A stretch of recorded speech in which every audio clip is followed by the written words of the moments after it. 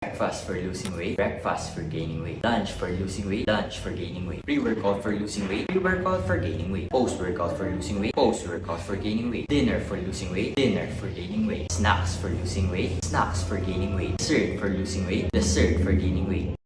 Ang totoo, it does not matter kung ano ang kainin mo araw-araw. Mahalaga, alamin mo muna kung ano ba talagang pinaka-goal mo. Gusto mo bang mag-gain weight? Go for calorie surplus. Gusto mo mag-lose weight? Go for calorie deficit. At kung okay ka naman sa weight mo, gusto mo lang tanggalin mga extra fats mo? Go for body recomposition. At pwede nyo rin panoorin ang video na to para malaman nyo kung saan kayo mag-umpisa. Alamin nyo kung ano ang calorie maintenance nyo.